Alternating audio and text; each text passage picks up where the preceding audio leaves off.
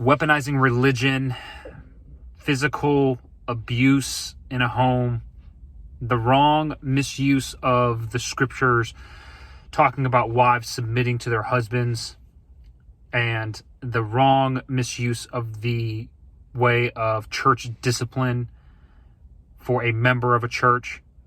Guys, we're going to be talking about all of these things that have to circle around with Grace Community Church, which is led and pastored by John MacArthur. Now, this story has kind of just surfaced this past weekend, and it's been what's a hot topic in the evangelical world.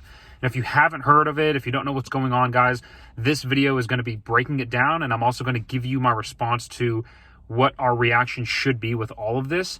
And I'm also going to include some links under the description so you guys can have access to all of those things and see, because all of this is public records. So to break it down, guys, this is about David Gray and Ellen Gray and what happened in their marriage. So back in like May 10th of 2001, Ellen Gray walked in and saw her husband physically abusing one of their children. Okay, now keep in mind, David Gray was on staff at Grace Community Church from 1994 until 2001. That being said, when all this started happening in 2001, when David Gray did get caught physically abusing one of his children, that is when in June of 2001, Ellen Gray decided to file an order of protection against her husband because she was fearful for her own kids' safety. So then she files for that order of protection. She then goes not too long after that in June to the elders of her church, which is a good step that she needs to take. Well, here's the problem. The elders of that church end up having the reaction that many wouldn't see coming, especially at a church like Grace Community Church, well respected. I have books from John MacArthur. I've listened to his sermons and whatnot. So the reaction was, well, shocking when I saw the reports. And so she goes to the elders and she meets with the biblical counseling guy who's head at the time at Grace Community Church, and his name is Bill Shannon. Bill Shannon actually tells Elaine that she is wrong for filing an order of protection and that she should have never gone to the authorities, and that she needs to do what 1 Corinthians 7:10 says, which is basically never to divorce your husband. So he takes that verse totally out of context and what is actually going on, and now we have a snowball effect that goes the complete wrong way. So that being said, all of a sudden, David does meet and Ellen do meet with some elders at the church. And after that meeting, the elders decide, hey, you know what? Until the protection order goes into effect, it'd be wise for Ellen Gray to take the kids and live with the family who are also members at the church for the time being, away from David. And then it just goes in another direction. So Ellen Gray is desiring for reconciliation at some point, and she does want to see her husband get professional help in this area. Legal professional help from an actual counselor who professionalizes this, who has a degree in all these things. And what ends up happening is Grace Community Church says, no, we will not want you guys to go do that. That's secular. They're against it. And instead, Bill Shannon says you can have biblical counseling for 8 weeks with, his name was Kerry Hardy. Well, Kerry Hardy then does these 8-week training, these 8-week biblical counselings with them. And in these biblical counseling meetings, David does admit to physically abusing his children. Now, guys, we have to understand there's a difference between disciplining your kids in a way that is loving and caring, even with being physical towards them, spankings. You can do that in a way that is God-honoring. But sadly, David took it to a whole new extreme. There's even a piece of paper that's public record that you can see of David writing down some of these sins that he committed against his own kids with the physical abuse. Certain things like using their toys to hit them. He talks about how he would drag them across the floor. He would lock them up, tie them up, and even mentioned not being dressed appropriately in front of his kids at times. So, guys, it's getting really bad. And instead of Carrie, the guy who's over the biblical counseling for this 8-week program for them, instead of him taking this and going to the authorities, which he actually should have done in the state of California, it's law for him to do that, he doesn't. Instead, it's as if he really just kind of turns a blind eye and ignores it. And in fact, what he tells Ellen Gray in the meetings, and she has each one of these 8 sessions recorded, he tells her something very sad and disturbing, that she should basically suffer and stay with her husband and keep her kids in this home with her abusive husband.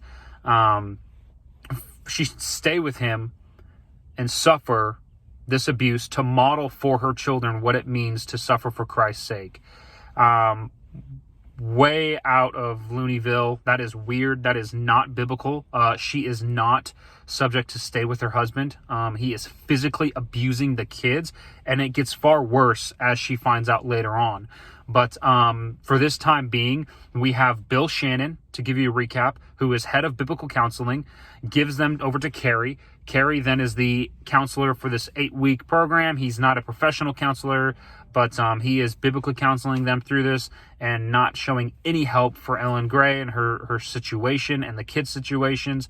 Ellen Gray is living away from her husband at this time with the family in the church, and a year goes by after all of this. And then this is when we see John MacArthur make his appearance. Now, apparently there are 2 accounts of John MacArthur exercising church discipline on Ellen Gray specifically. And one of them is on video, and I'll make sure to add that to the link below so you guys can view that video. I think it's like 2 or 3 minutes long. But anyways, John MacArthur stands at the pulpit of the church. I think it's during communion. And Ellen Gray is in the crowd at this time, and he is telling the crowd that they need to exercise church discipline on a member. And instead of exercising that church discipline on David, they turn it and exercise it on Ellen and cause her to be viewed as, hey, John MacArthur says she may be an unbeliever and we need to treat her as one. She is excommunicated from the church. She's not showing grace to her husband. She's taking the kids, all these things. So the story is now kind of twisted, and instead of going the direction that we all would assume it would go, and that would be exercising church discipline on David and getting David in trouble for what he has done to his own kids, no, it goes the opposite way. And then now Ellen is the person who's getting accused, and she is an actual victim in this whole thing with her kids. And all that being said, Ellen then tries to get her church membership transferred. Apparently, she ends up getting it transferred, and she's now living 500 miles away.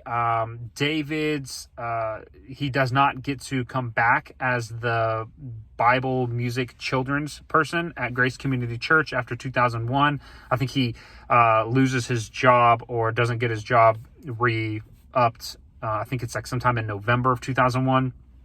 And what ends up happening is the kids express to their mom that their dad not only physically abused them, but also sadly sexually abused them at times. And so then she immediately calls LAPD. LAPD gets this calling, and long story short, David is then arrested. So we have some hope and some light here. He's getting punished for what he's done. He does get arrested, and the trial is grueling. It goes through it. Victims are coming out and speaking out against him, and it's just a very tough and sad moment.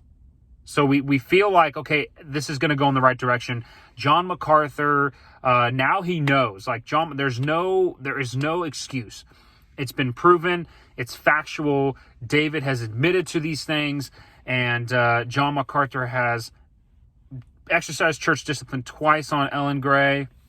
And instead of John MacArthur coming out and apologizing for wrongfully exercising church discipline towards her, nothing has been said.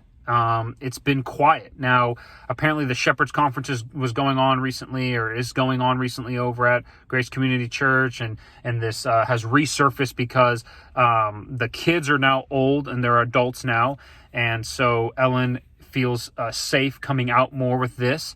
And apparently she's got more to say. But also David's parole hearing came up recently, this couple days ago. And it was him trying to get, instead of 21 years to life in prison, which he was then sentenced to after the trial, he was now asking for 10 years. And so the parole denied that after the hearing. And the parole people actually expressed to David that he was wrongfully, basically,